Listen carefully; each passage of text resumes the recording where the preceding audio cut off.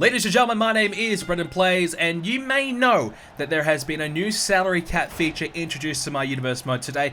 I will explain everything about it for all of those who failed to read the website article. I know most of you cannot be bothered to read, so now you have a chance to sit back and listen in to all the new changes to universe mode. So realistically, there isn't a huge amount of change from what you're going to see on a video-to-video basis, but there is a few behind-the-scene things that's going to be happening whilst universe mode is happening. So basically, we are introducing a salary cap. Now, what this means is that both Raw, Smackdown, and NXT will have a set amount of money that they can use to sign their contract. So for any of you that has played General Manager mode, you'll know what I'm talking about. So realistically, we are introducing a very similar format to General Manager mode right here on Universe mode. Raw and Smackdown will be allocated $10 million to spend. Now, realistically, this is not real money. This is just pretend Universe mode money, blah, blah, blah, blah. So they'll be allocated money to use to spend on contracts to sign as many people as they possibly can for their roster. Now, there is no limit on how many superstars they can sign, but women are not included in the salary cap because there is no split among the women. So now, Raw and Smackdown, and of course, NXT as well. NXT has been allocated $5 million. We'll get to more about NXT in a moment. But Raw and Smackdown have been allocated $10 million to spend on their roster. Now, Raw and Smackdown can compete to try and get the signatures of the other brand superstars. Contracts will now be enabled, so you will know when a superstar's contract for their brand will expire. Now, this will obviously add a huge element of potentially a switch of brands more often than not. Now, the reason for this change in particular has been because only changes generally occur when a draft happens. So a lot of you want to see more changes of brands and more of a shake up and spice up of the roster. Well, this is one way we can introduce it, but more on that later on. So now back to it. $10 million for each brand. Now, each superstar has been given a market value price. Now, this is their recommended worth, their value that is perceived by myself and your reaction, your comments in the video. So basically, how you perceive a certain superstar. So for example, Goldberg, he is worth currently $1 million. He's the most expensive superstar in universe mode. So obviously he's a legend coming back, huge wins lately, of course at WrestleMania as well. He's been dominant, he's been given that high market value price.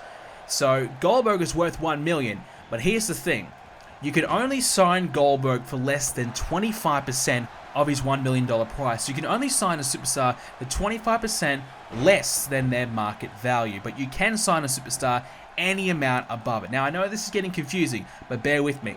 So, general managers can sign any superstar they want that is currently off contract, a free agent, or even a legend. Now, there's been a list of allocated legends and allocated free agents that are currently available to sign. So for now, that list has been kept confidential, but I may introduce that and let you guys know later on who is available to sign. So there is a talent pool that is available, so general managers will be able to pick and choose who they want to sign to make up their roster. Each roster has currently been completed, and they will be available to see on the website BrendenPlayz.com on the roster pages, including their contracts listed there as well. Now, for example, with Goldberg, he has signed with Raw for $1 million, which means, let's say, Raw now only has $9 million to spend in their salary cap. But with Goldberg, when he leaves Raw, when his contract expires, that $1 million that was spent on Goldberg would immediately become available again. So when his contract expires, that $1 million will now go back into the salary cap, and Raw will once again have $10 million to spend. So basically, it's a bit of a rolling sort of salary cap, and salary cap funds will immediately become available when a superstar leaves their show. So it's not a fixed salary cap, so if they spent $1 million on Goldberg 3 months ago, that they are stuck with that $1 million. As soon as Goldberg is gone, they're able to spend it again, which just, in my opinion, keeps it more simple and more fair, in my opinion, as well. So why did I decide to change things up and introduce the salary cap? I just felt as though it was a way to introduce more changes to the rosters and keep things fresh and have an idea of who's available, sign a superstar for 1 month and he can be offloaded the next month, introduce contract battles between the general managers and more of a brand war over a superstar if he's off contract and things like that, and introduce more of a, of a battle, of more of a war between the two brands, as well as the interpromotional matches it will introduce more of a battle between the two general managers and make the general managers mean that little bit more. It's also going to create more storyline situations, especially with the general managers. You know, a superstar trying to prove that he deserves to stay on a brand, or a superstar holding the two general managers up, demanding more money, things like that. These storylines will come into play, a little bit more realism to the series as well. And this series has been going now for 4 seasons. It's about time we introduce something like this. It's always been more than just your regular universe mode, and I think this change will fit in the series very, very well. And I'll try my best to let you guys know when contracts are coming up and when certain major events are going to happen and certain storylines that will be coming into play, so you guys will understand it a little bit more clearly as things goes on. I know it could be a little bit confusing to start with, but realistically it's very, very simple. So it is going to be a really fun and exciting change, and I hope you guys enjoy it, and I hope you guys, you know, just give it a chance. Give it a chance, and I don't think it's going to go anywhere. I think it's going to be something that you'll see permanently here in the series.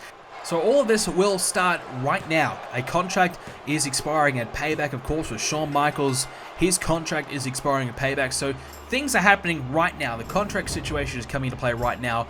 Both SmackDown and Raw, their salary caps are available on the website to view right now, as I said, and you can check out who is on which brand, how much they're being paid, and how much is available in a brand's salary cap. And maybe there's a chance a new big free agent could be signed to the brand in the future. These types of things could start to happen, so keep an eye out for it. I'll let you guys know more about it as time goes on. Let me know your thoughts on the change in the comment section down below, and I'll get myself prepared for all the people who are going to hate on the idea. I'm going to get myself ready to roast a few people. I know some people are going to say this is stupid, but I think it's going to be a really positive change for the series, and just give it a chance, and you never know, you might like it. If you enjoyed this video, make sure you leave a like on it and subscribe to see more videos, and I'll see you next time.